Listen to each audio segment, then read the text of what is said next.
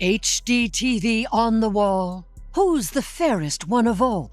The elephant in the room. I'm the hottest person in the world. Oh my God. It's the most emotional experience that a person can go through to know that what they're working on is something that has reached a generation of people. I can also be having the greatest time and simultaneously wishing people would stop sending me death threats. But Snow White's the fairest I have seen. Also, there's a weather girl on Channel 9 who's... The moment the episode aired, it was like someone hit the internet with a frying pan. The Simpsons, the longest-running satire on television, had just dropped its most brutal parody in years. Snow woke, the reimagining, and it didn't take a genius to figure out who it was targeting.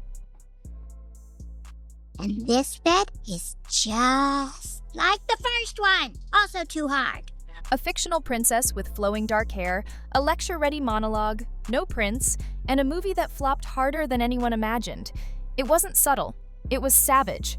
And according to insiders, Rachel Zegler was furious. Quick pause. Don't forget to smash that like button and subscribe. You know the drill. Now back to the drama. Are there any dwarves in your story? Yes, but they're my own original creation. Sources close to the situation claim that Rachel, already reeling from months of bad headlines and online ridicule, was blindsided when she learned about the episode.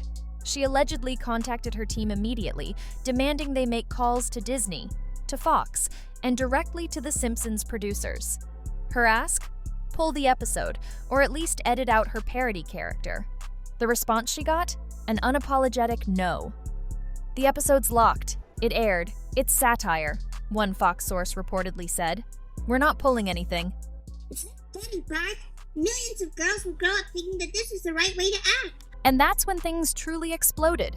Social media lit up with clips from the episode. TikToks were instantly flooded with side-by-side edits. Rachel's infamous Snow White interviews on one side, the cartoon parody on the other. Quotes like, "It's no longer 1937 and the prince is a stalker," were spliced right next to Krusty the Clown collapsing during a fake press junket, muttering, "Please stop talking." It was relentless. I just mean that it's no longer 1937, and we absolutely wrote a Snow White that is Not going to be saved by the prince. She's not going to be saved by the prince, and she's not going to be dreaming about true love. She's dreaming about becoming the leader she knows she can be. And audiences couldn't look away. Because this wasn't just The Simpsons being funny, it was The Simpsons doing what they do best, taking a cultural moment and slicing it open with a scalpel. And this time, the blade landed squarely on Rachel Zegler. Within hours, Rachel Z was trending.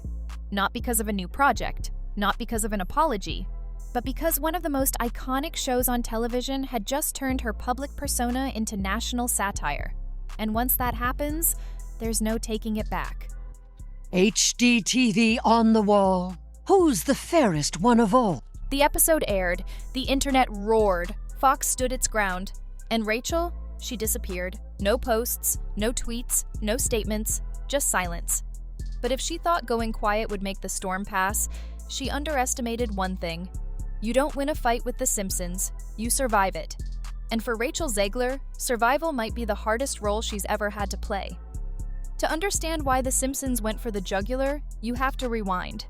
Because this didn't come out of nowhere. I mean, you know, the original cartoon came out in 1937, and very evidently so. Let's talk about the episode that triggered it all. Snow woke. This wasn't just some lazy jab, it was a full-on roast, top to bottom. The Simpsons didn't tiptoe around the controversy, they sprinted straight into it, torch in hand. And for anyone paying attention to Rachel Zegler's press history, it hit way too close to home. There's a big focus on her love story with a guy who literally stalks her. Weird. The parody princess, clearly modeled after Rachel's Snow White, walks into a fake press junket and instantly hijacks the moment. Every question, cut off with a long speech about feminism, toxic fairy tales, and how the prince is a walking red flag. She lectures the room about how we need to dismantle outdated narratives, and then stares straight into the camera. I'm not here to be loved, I'm here to lead. Cut to Krusty the Clown sweating bullets and whispering into his earpiece, "Why didn't anyone tell me we cast someone with a podcast?" Our rights are on the line, folks. Our reproductive rights. Ugh. Come on, Go get Cheshire Cat. go vote blue. And if you disagree with this sentiment, just hit the unfollow button. Then, the fake premiere hits. Red carpet, paparazzi, explosions, the works. Except when the camera pans around, the seats are empty.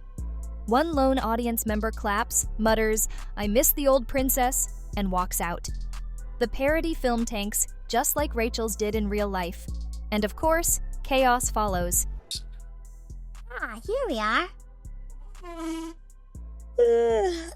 All that walking made me sleepy. On Krusty's Late Show, the cartoon Rachel goes full meltdown, yelling at the audience for not understanding her genius, then storming off and tripping over a pile of classic fairy tale books she'd previously called problematic.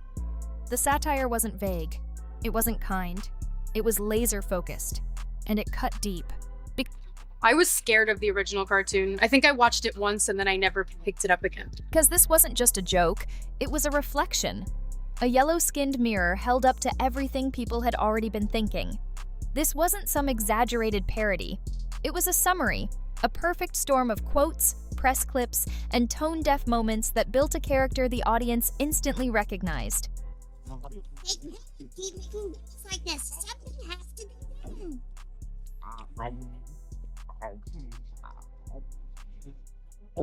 Lisa, ordinarily I'd say you should stand up for what you believe in, but you've been doing that an awful lot lately. People didn't just laugh, they nodded. The comment sections filled with posts like, "They didn't exaggerate, they just finally said it." And maybe the harshest take of all? "She just got Simpsoned." And that's not something you bounce back from, not easily. You would do in a pinch, my queen. But Snow White's the fairest I have seen. Also, there's a weather girl on Channel 9 who's... If the episode was loud, Rachel's response was the exact opposite. Silence. Not a tweet, not a vague IG story, not even a classic "I'm learning to ignore the noise" kind of post, just nothing. But according to insiders, behind the scenes, it was anything but quiet. The moment Rachel saw the clips, she allegedly lost it.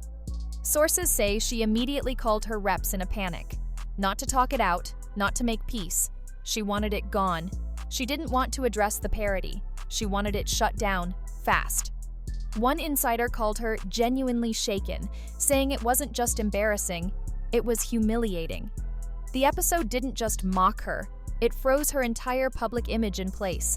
The version of her people had been talking about online, it was now canon, animated and eternal. But Fox didn't budge. They stood by the episode. It had already aired. It was protected under satire. And even more important, the numbers were insane. Ratings shot up. Social feeds were flooded with clips. Why censor a parody when the person it's mocking handed them the material? There's even talk Disney tried stepping in. Nothing threatening, just a gentle nudge from a studio exec suggesting maybe the portrayal was a bit harsh. The response? A polite but firm no. Thanks, but no thanks. And Rachel? She stayed quiet, which made things worse. For someone who had been so outspoken during the Snow White rollout, that silence felt off. Not like a power move, more like a retreat. Fans noticed. Commenters speculated. Was she under a gag order? Was her team scrambling behind the scenes? Or was this the first time she truly didn't know what to do? Because here's the thing. You can clap back at YouTubers. You can block trolls. But you can't beat The Simpsons. Once you become a joke on that show, it sticks. That's not just PR trouble. That's pop culture cement. Behind the scenes, the industry moved fast. Quietly, strategically, and not in her favor. Word from Disney's marketing wing? Every planned promo that included Rachel? Scrapped. Scheduled appearances? Canceled. Panels? Pulled. Even the digital ad campaign got a quiet overhaul, shifting focus to costumes, visuals, and Gal Gadot. Rachel's name? Left out. Carefully. Deliberately. And it wasn't just Disney. Across Hollywood, PR firms started whispering about her. Internally, she became an example, how quickly a rising star can become a liability. One agency leaked a media training slide featuring a screenshot of the parody. Headline: When authenticity becomes arrogance. Ouch! Even casting directors started backing off. A Netflix producer reportedly told a showrunner, "We'll circle back once the air clears, she's still radioactive." One YA reboot had her on a short list, now she's off it. The message was clear: she's not untalented, she's just risky. And not because she can't act, but because the audience doesn't buy in anymore. She doesn't bring buzz, she brings backlash. One agent allegedly warned a client, "Avoid anything she's orbiting, it's not worth the headache." Another former collaborator put it bluntly, "She's just too online, she doesn't know how to shut it off, and now it's bleeding into everything." And that's the part nobody wants to admit. Rachel Zegler wasn't taken down by trolls. She was taken down by her own words, her own choices. She underestimated the audience, thought they'd bend to her framing, but they flipped it on her. Fast. The ripple effect? It's real. Across town, casting conversations are shifting. Executives are now adding new rules for their Gen Z talent. PR teams are warning, "Don't do a Zegler," meaning be seen, be likable, be safe. But above all, be quiet, because that's the legacy she's heading toward. Not reinvention, but hesitation. Studios are second-guessing whether a bold, politically loud, online-heavy voice is worth the gamble, especially when the fan base is this reactive. And now, Rachel is alone in the silence. No projects confirmed, no big directors defending her, even her die-hard fans, quieter. What once felt like a rocket ride to the top now feels like a slow-motion freefall. Hollywood is watching, audiences are watching, and the question is clear. What does Rachel Zegler do next? Keep running, or face the storm head-on? Because you don't control how people see you, but you do control how you respond. And right now, everyone's waiting. Drop your thoughts in the comments.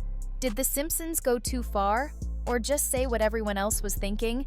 Hit like if you think studios need to start listening to fans, not just headlines. And don't forget to subscribe for more unfiltered takes on Hollywood's biggest stories.